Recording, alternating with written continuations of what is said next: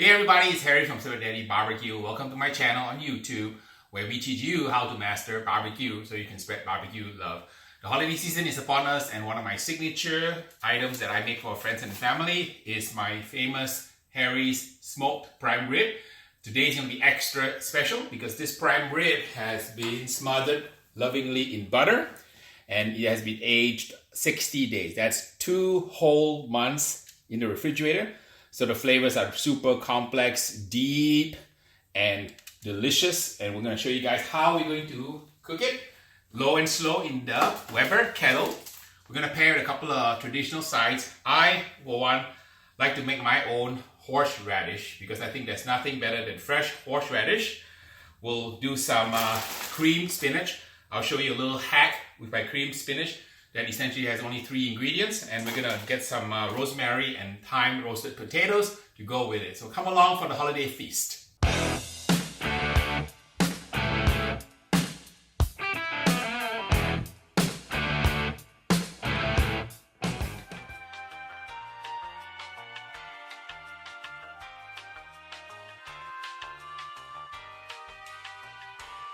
This is how the prime rib looks after I finish trimming it. It's very important after aging to inspect the meat and then trim away any parts that kind of look too oxidized or where the color is too muted. You want to be able to trim it down to the meat so that it looks nice and pink like this one here. As far as seasonings for prime rib goes, you can do many things. You can use a salt and peppercorn rub. That works really well. Salt, pepper, a little bit of garlic powder works well. I'm going to use my First Place Moolah rub. It works really well on beef. And it's got additional ingredients such as shiitake mushroom powder. It's got the Worcestershire, citric acid, and a few other ingredients that I've used to win First Place USA in the KCBS beef category. So I'm going to put some of the rub on it.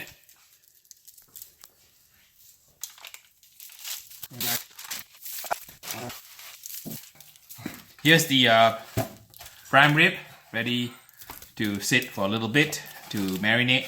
I usually like to let this sit at least an hour in the refrigerator, let some of the salt from the rub penetrate the meat so that you get a nice level of saltiness and flavor all the way to the middle. So we'll just let this rest for a little bit, and we'll fire up the Weber kettle, try to run it around 200 to 225 degrees.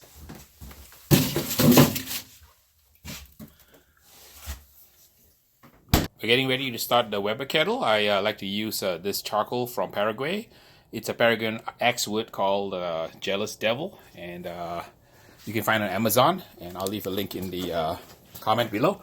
So we light it on the Weber kettle. I have a setup for indirect smoking. We're going to get it to around 200, maybe 220 degrees, and we're going to light it with a little starter cube here. I have the Weber wings on one side, so I can have a kind of a hot zone on this end, and then a cool zone on this end. And this contraption I have in my kettle is a device from the folks at Barbecue Dragon. It's a Barbecue Dragon spin grate, and it allows me to cook using a hot and cool zone, and it allows me to rotate my food so that I can decide whether I want to cook it on this side, which is the hot side, or I can go ahead and after cooking on hot side, kind of rotate it onto the cool side. This is super convenient if you're cooking something like a prime rib roast or something you want to do a smoke followed by a sear, because you can put the meat in the cool zone first to get the smoke, and then after that you can rotate it over here to get some char. So we can try to do that on the prime rib. We're going to get started. I'm going to wait until it gets to about 220 before we put the meat on to the kettle. Get it out now. Rest it for an hour so that the salt has a chance to penetrate the meat here.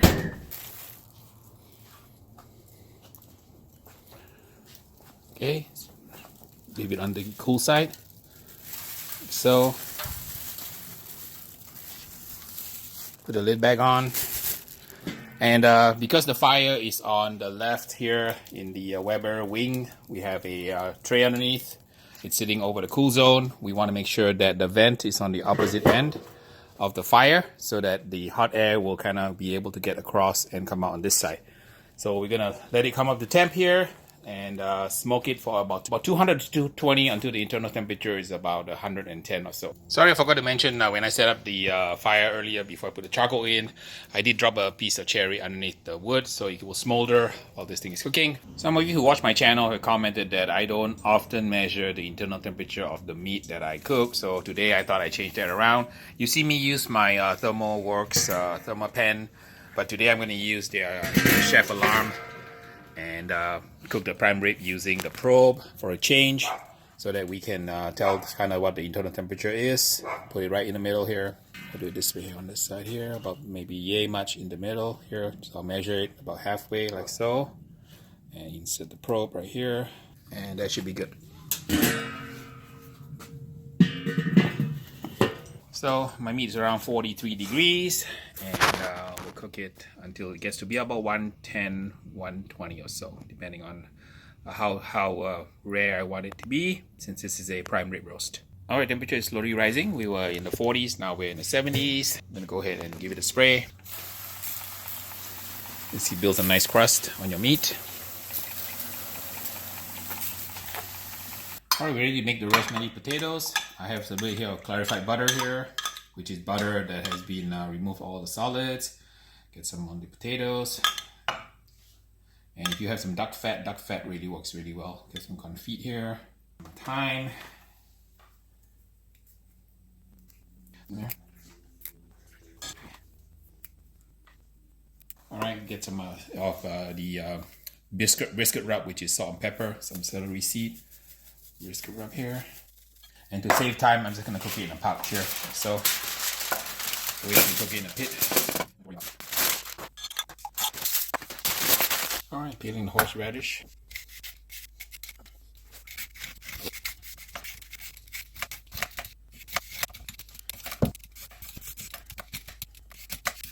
Okay, ready to go.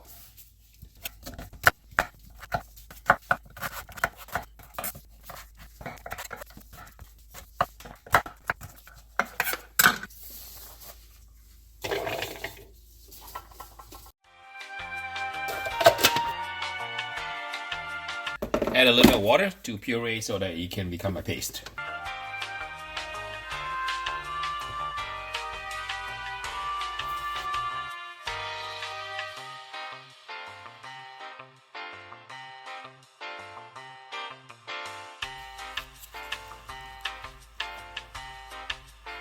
Alright, we're ready to make the fresh horseradish sauce.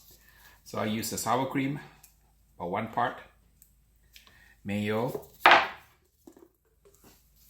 1 part, and then the fresh grated or fresh puree horseradish here, usually about 1 part, so 1 to 3 ratio, like so. And you can do as much or as little as you like, depending on the kind of spiciness you like. And this beats any horseradish any day. A bit of salt to it, and just a touch of vinegar. I'm using some rice wine vinegar. I'm adjusting flavorings. I think I want it more pungent because I want it to contrast the beef, so I'm going to go ahead and add a little bit more. So it's about 2 parts horseradish and 1 part of the mayo, 1 part of sour cream. That seems to be a better combination. Get a little bit of salt again. So we have just some horseradish grated fresh, and you have a great, wonderful, fresh horseradish dressing to put on your prime rib. We're gonna make the creamed spinach. I have some frozen spinach here in my pan.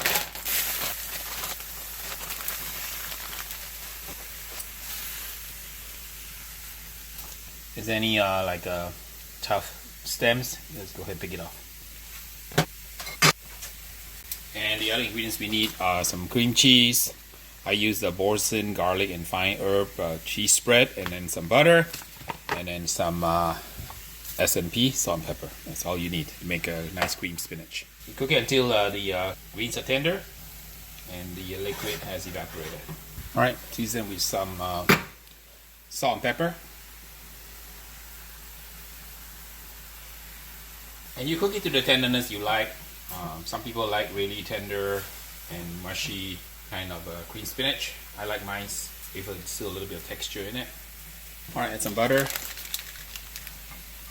Add my secret ingredient, which is the garlic and fine herb boursin gournay cheese. This makes life a lot easier. You know me, a lot of times I like shortcuts, and you know, I have a busy life and job, so I don't really always have time to, you know, cook everything from scratch. So whenever I can kind of cut corners, I'll do that. I'm gonna use all of it here. I like this cheese. It's really, it's actually should be called cheese and spinach, not cream spinach. It's just great flavor, herbs and garlic. Sometimes when I do beef dishes, this is what I use, because it just has a great flavor. And you can have creamed spinach, super easy, no sweat at all. Now if it's a little dry, you can add a little bit of chicken stock or add a little bit of water, it's fine. I'm gonna add a little bit of cream cheese because I like my cream spinach super cheesy. Third in here, a pack of Philadelphia cream cheese. Super easy to make. And then the secret ingredient I'm going to put at the end is Parmigiano Reggiano. This is from Trader Joe's. I like Parmigiano Reggiano because it almost has like a perfume quality to it, and it's just you know, aged and gives a wonderful flavor to a cream spinach. And with the boursin gournay cheese, Philadelphia cream cheese, and some Parmigiano Reggiano aged for 3 years, you're gonna get really a wonderful cream spinach to go with your perfectly pit smoked prime rib. So this is a super easy one pot side dish that's sure to wow your friends. All right, it's coming together. Do a taste test. Wow, it's really good. It's creamy, cheesy. I think there's a bit of salt and pepper. A bit of S&P going on here. It's for my brisket wrap. Okay, it's about perfect. Turn off the fire. Let it cool down a little bit and serve it with the perfectly pit roasted prime rib. All right, now for the secret ingredient to make this cream spinach really pop is Parmigiano Reggiano, Italian Parmesan cheese. This is aged for 3 years from Trader Joe's. It's got that wonderful, I don't know, like a perfume that's so toxic and pungent. And this is really good. I like a lot of Parmesan in my cream cheese. So you try to do this while it's still warm. Stir it in, melt it, and the Parmesan gives it that extra boost of flavor. People always eat my cream spinach and say, wow, this really tastes special. What's your secret? Well, I'm holding in my hand here lots and lots of grated Parmigiano Reggiano cheese from Italy, and that little boursin gournay cheese with garlic herb spread. All right, we are getting ready for the sear. We are around 116 now, so a little bit of spray. I'm going to go ahead and take out the probe so I can sear it. All right, searing the 60-day prime rib on the hot side. And then to aid in the process, I'm going to cheat and use a couple of tools that I like to use. Alright, 60-day prime rib, getting nice sear on the outside.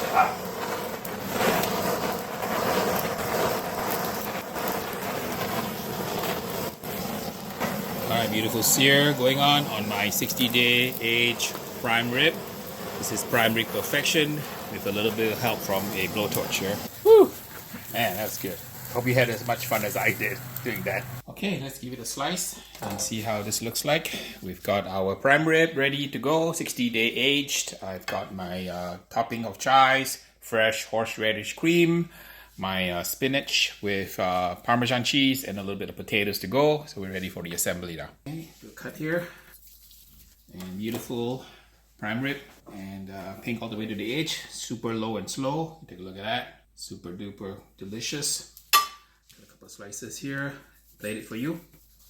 Aged for 60 days and absolutely perfection. Spinach first as the base. I used to have a food blog I've been doing for 10 years, and you know, plating is always a stressful activity because you're trying to make sure that the dish at the end is perfectly plated. And then the dish that you see sort of in a magazine cover, they have a crew of 6 people plating the dish, from a food stylist to the photographer to the culinary director. So it's just me trying to do a culinary direction and cook and serve and cut and talk all at the same time. So I'm going to serve it like this, and not too shabby.